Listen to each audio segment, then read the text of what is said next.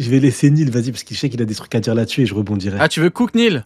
Les gars, ce chapitre, enfin, ce personnage-là, tel que vous le voyez là, je l'ai écrit en 2018. L'alliance des 20 royaumes originaux qui aujourd'hui enlèvent Alabasta, mais aujourd'hui forment le gouvernement mondial, c'est ligué contre la personne, ou en tout cas le peuple qui était au sommet du monde à l'époque. Et on sait que l'endroit qui est occupé aujourd'hui par le gouvernement mondial, c'est l'endroit qui, à l'époque, était occupé par les Lunaria.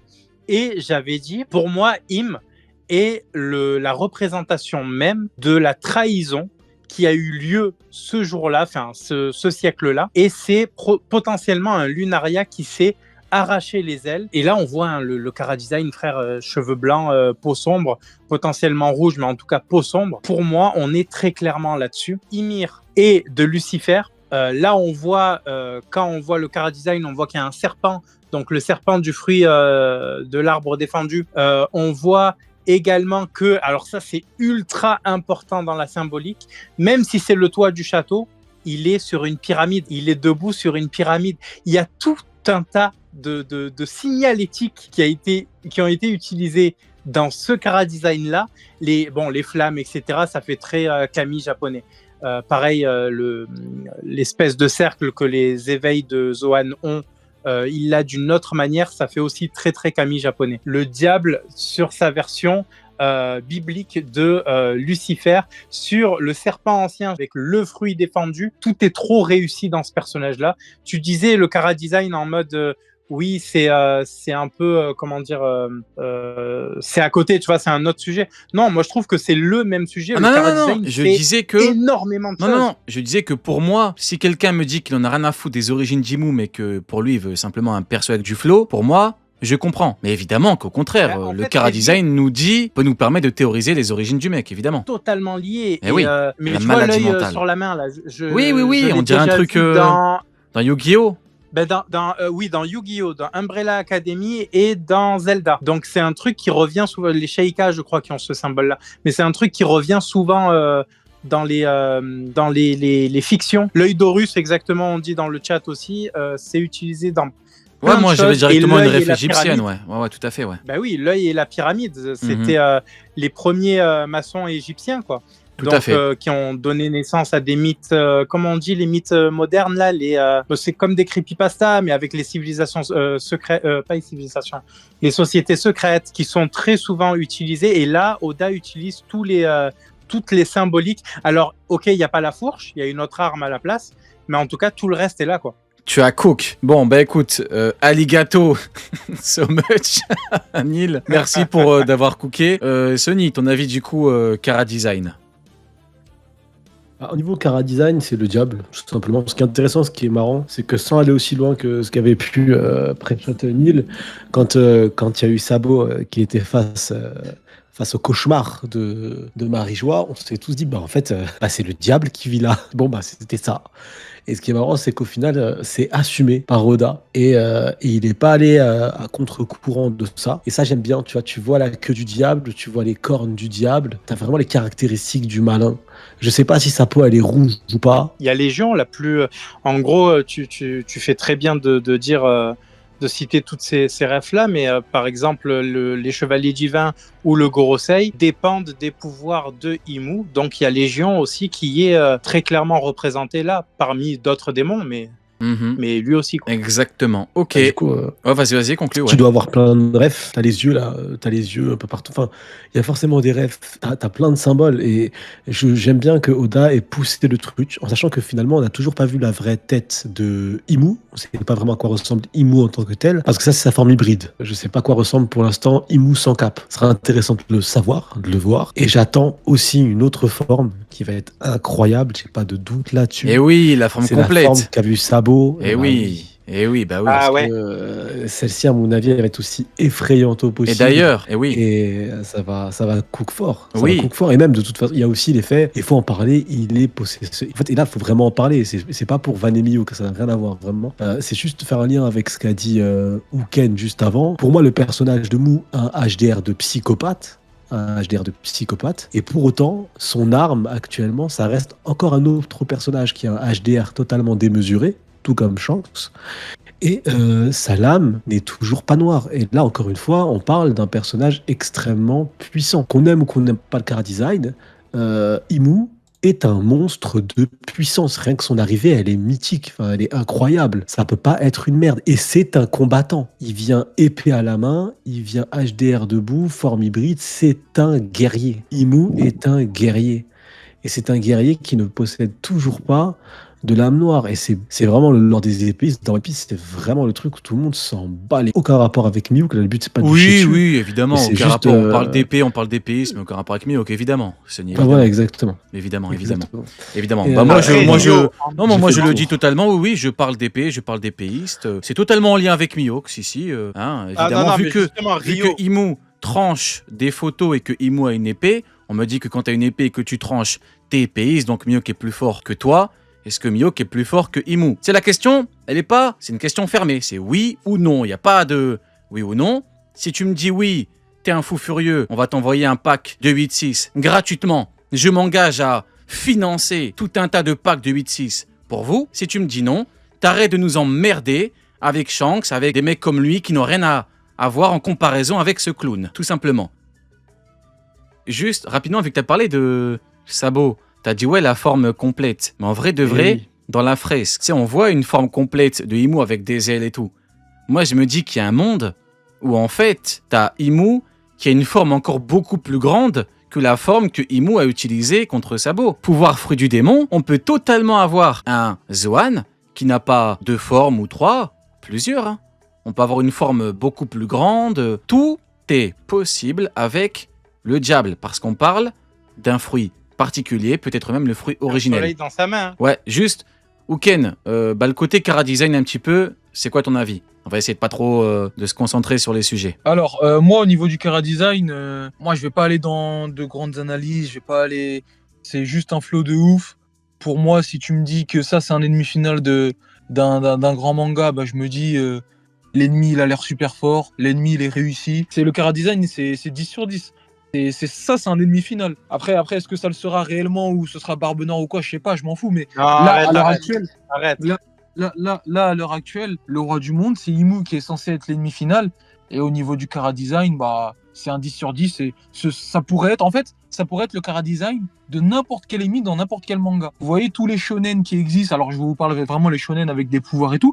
Tu mets n'importe quel shonen et tu fais ce chara-design là dans un autre shonen, tu le mets dans n'importe quel manga, ça passe comme ennemi final. Donc pour moi, il y a rien à dire sur ça. Le chara-design démoniaque plus la fresque, le surnom de Lucifer, et en tout cas la traduction même à la base, c'est le porteur de lumière. Et on voit très bien que sur la fresque, il a le soleil dans la main. On sait qu'il y a une histoire de soleil interdit qui a été détournée pendant le premier monde. Et là, on voit qu'il l'a à la main à la fin. Est-ce que c'est pas ça le véritable Nika, justement, de cette époque-là, qui a été, je sais pas comment, mais transporté de génération en génération jusqu'à atterrir dans le main de Im, quoi. Ah, pas mal, j'aime bien. Tu vois, Neil, tu vois quand t'es en forme, comment tu cooks. Ok, alors maintenant, oui. on va pouvoir parler un petit peu des pouvoirs. Nous avons, créateur du gouvernement mondial, l'un des 20 fondateurs, pouvoir, fruit du démon. Ce que j'ai toujours pensé vis-à-vis de Imu, c'est que Imu avait le fruit du diable, le fruit qui lui permettrait d'avoir le plus grand des potentiels, c'est-à-dire le potentiel démoniaque. Et à ce niveau-là, ça peut être le cas. Maintenant, il y a une petite nuance, parce que c'est pas forcément le fruit du diable, c'est peut-être le fruit du démon originel qui a donné naissance à tous les fruits. Et donc en fait, c'est un bourbier. C'est le truc le plus fou au niveau des révélations de la page. Hein. C'est un petit peu comme l'entrée de Xebec. L'un des trucs les plus fous, c'était père de Barbe Noire, hein, parce que il y a toute une portée particulière à ce niveau-là. Tu te dis, oh putain, donc en fait, Barbe Noire, la volonté du daron, etc., c'est un bordel. Hein. Rien que la révélation était folle. Là, en termes de pouvoir, en fait, on est aux antipodes de ce que peut proposer Nika, Luffy, Dieu Soleil. Là où Luffy peut créer, c'est un pouvoir de création. Hein. Il peut créer batte de baseball, etc. Il a un peu fait le con actuellement, il n'a pas fait de grandes choses, mais c'est normal. C'est proportionnel à qui il affronte. Quand il combat Kaido, il te fait un point, tu n'as jamais vu ça de ta vie. Hein, concrètement, ça pour moi, ça fait partie du potentiel du pouvoir. Et la dernière fois qu'il a réellement utilisé le potentiel de son pouvoir, c'est contre Kaido. Et après, c'était de la merde, vu qu'il n'a pas combattu des gens extrêmement chauds. Mais là, on a peut-être le potentiel infini de destruction. T'as un pouvoir qui est aux antipodes. t'as vraiment le destructeur, celui qui soumet. Et pour en revenir rapidement les tambours de la libération vis-à-vis de Nika, on pourra avoir les tambours de l'oppression. Donc en fait, les tambours qui sont aux antipodes. Bah oui, il fait de la musique. Donc en fait, on a vraiment les pouvoirs qui sont aux antipodes de son Ops. C'est quoi ton avis là-dessus, Neil? Moi, je pense qu'en plus de cette opposition que tu mets en avant, parce qu'il faut rappeler, hein, il y a deux oppositions miroirs vis-à-vis de Luffy, il y a Barbe Noire et Im. Parce que justement, enfin, il y a Davy Jones et Im qui étaient plus ou moins opposés à Joy Boy. Et je parle que de Joy Boy. Mais si on remonte en arrière et si on prend en considération les paroles de Vegapunk, ce que tu viens de dire là, il y a tout qui est illustré. Potentiellement, le truc de Vegapunk de les fruits du démon sont nés des désirs des hommes, c'est peut-être lui qui a personnifié ces désirs-là au début. Ok. Il y aurait un bon lien, un bon rapprochement avec les propos de Vegapunk. Et ça irait dans ce que je pense. En fait, ce que je pense, c'est que Vegapunk, jamais de la vie, Vegapunk a réellement dit la vérité dans l'arc Egghead. C'est pas du Oda. Probablement dit partiellement la vérité, un petit pourcentage. Et après, vu qu'il était pas là, forcément, il ne fait qu'hypothéser. Il théorise, Vegapunk. Et après, là, pour le coup, pour avoir la vérité, le fruit du démon originel qui a fait que... J'aime bien. Uken, c'est quoi ton avis un petit peu sur les pouvoirs de Imu et le potentiel de ses pouvoirs? Moi, mon avis, en plus, c'est parce qu'à la fin de tout à l'heure de ton argumentaire, j'ai failli en parler, mais j'ai attendu justement ce moment. Tu vois, moi, c'est corrélé à ce que j'ai dit tout à l'heure. Pour moi, Imu, s'il veut retrouver sa forme qu'il avait sur la fresque, parce que moi, je suis convaincu que le monstre tout à gauche sur la fresque, c'est Imu, il faut encore une fois qu'il récupère les pouvoirs qu'il a octroyés aux doyens, aux chevaliers divins, etc. Maintenant, le truc, c'est que je ne sais pas si j'arrive pas à me décider si c'est le fruit du démon originel ou le fruit du démon du diable ou le fruit du démon ou quelque chose dans le genre. L'idée est que c'est un fruit de ce genre-là. Et ce fruit-là permettrait aussi d'octroyer les pouvoirs aux doyens et les formes démoniaques qu'on voit des doyens et tout seraient aussi liées au fruit de Imu. Parce que si on regarde bien, Imu, dès son introduction, on nous montre fruit du démon. Ah, mais okay, oui. Très bien, genre de fruit. Je viens de capter ce que... Ah ouais, les gars, ce que Uken vient de dire, c'est du génie pur. Genre en mode, là par exemple, Im a fait les contrats qu'il fait en tout cas pour donner les pouvoirs, c'est les derniers contrats directs par rapport aux fruits du démon qui eux existent. Là en gros, avec un doyen, ça serait l'un des derniers contrats directs qui existerait à l'ère actuelle de One Piece. C'est bien ça? Ouais, c'est ça, exactement. C'est une dinguerie. C'est une dinguerie, en vrai. C'est exactement ça. Après, justement, comme ça reste un fruit du démon et que ça reste un pouvoir qu'il a acquis, il y a quand même des limites. C'est pour ça que pour moi, elle peut le faire uniquement avec 5 personnes. Et quand elle a supprimé Saturne, elle a octroyé des pouvoirs à comment il s'appelle, à Garling. Et en fait, ces pouvoirs-là que Imu octroierait, entre guillemets, avec l'âme ou quelque chose de la personne à qui on octroie ses pouvoirs. Et c'est pour ça que Saturne, par exemple, c'était une espèce d'araignée ou je ne sais quoi. Et le yokai que Garling aurait serait lié aussi à son âme, à son comportement, à sa personne ou quoi. Et par rapport à tout ça, quand Imu reprendra tous les pouvoirs qu'il a octroyés, il pourra développer son plein potentiel et lui se transformer à nouveau au monstre de la fresque. Voilà les origines de la malédiction de Imu. Vu que Imu était à son plein potentiel et que Imu avait tous les pouvoirs, etc., était extrêmement, quasiment imbattable, voire imbattable, et Joy Boy ou Nika, ce que vous voulez, était obligé de se sacrifier. D'où la malédiction, etc. Écoutez, Pic, vous avez Cook, magnifique. Attends, là aussi, le sacrifice. Nika, ça part dans tous les... On a tous un milliard de trucs à dire, vas-y, enchaîne, vas-y. Non, mais ce que tu viens de dire, le sacrifice de Nika ou de Joy Boy, peu importe. Joy Boy et Nika incarnaient la liberté.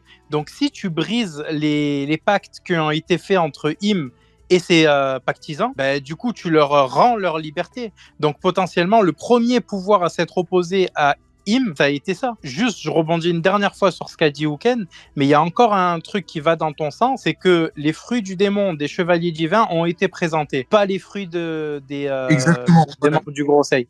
Ouais, c'est ce que j'allais dire juste avant en plus.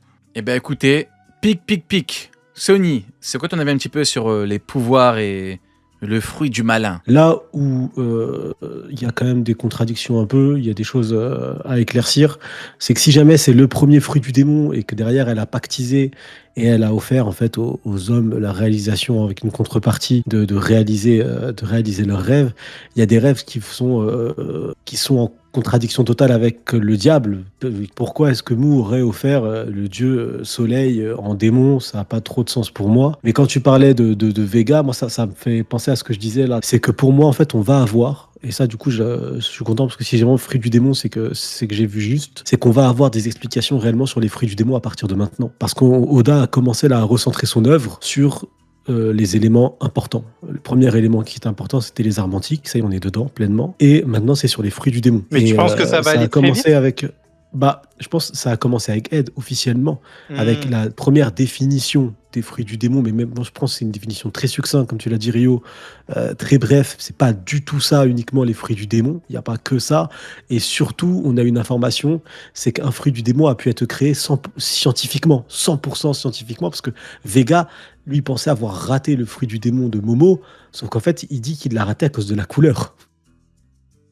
Mais en vrai, il a réussi à Ouais, créer un fruit du démon en plus Et de oui. type Zoan. Mais oui. Donc il a réussi Exactement. à partir de la science. Et il y a une particularité avec les fruits Logia, qui eux sont totalement différents. Donc j'ai hâte de je crois voir qu'il n'arrive des pas à les informations refaire. là-dessus. De mémoire. Ouais, c'est ça, et ils sont différents, ils sont spéciaux. Et on sait que les Zoan, eux, la particularité, ça on le sait grâce aux membres du Gorosei, ils ont une volonté propre. Oui. Donc c'est pour ça que pour moi, je pense que oui, Mu de toute façon a un rôle à jouer avec les fruits du démon, quoi qu'il arrive. Je pense pas que ça soit le créateur ou le créateur de tous les fruits du démon. Je pense Non, qu'à un moi moment non plus. donné, il a Mais les perdu le premiers. contrôle du truc. Ouais. Ouais, je pense qu'il a perdu le contrôle du truc et que c'est potentiellement même lié au One Piece et que la théorie qu'on avait sortie, qui est disponible sur YouTube, avec le fait que en fait, il faut trouver une raison pour laquelle 20 rois ont décidé, en sachant que Lily à la base c'est quelqu'un de bien et qu'à la fin elle est repassée dans le camp du bien, ont décidé de s'allier pour affronter Joy Boy, le dieu du soleil, qui était le guerrier libérateur. Il faut une raison. Et le diable, comme vous le dites, c'est un menteur, un manipulateur.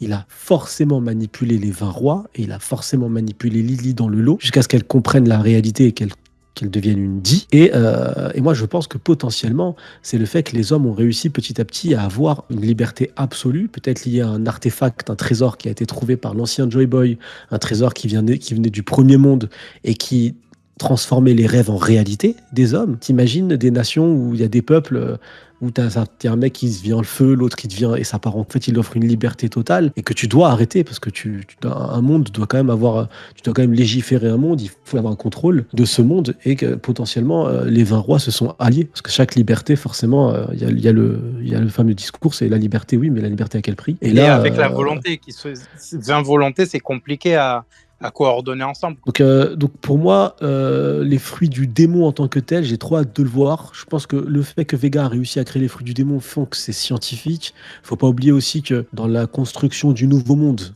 au tout début, si on doit reprendre One Piece comme c'est de base, ta One Piece c'est féerique, c'est magique, t'as des îles dans le ciel, c'est ta gueule, c'est magique. T'arrives dans le nouveau monde, on te dit finalement c'est scientifique quand même, pas mal.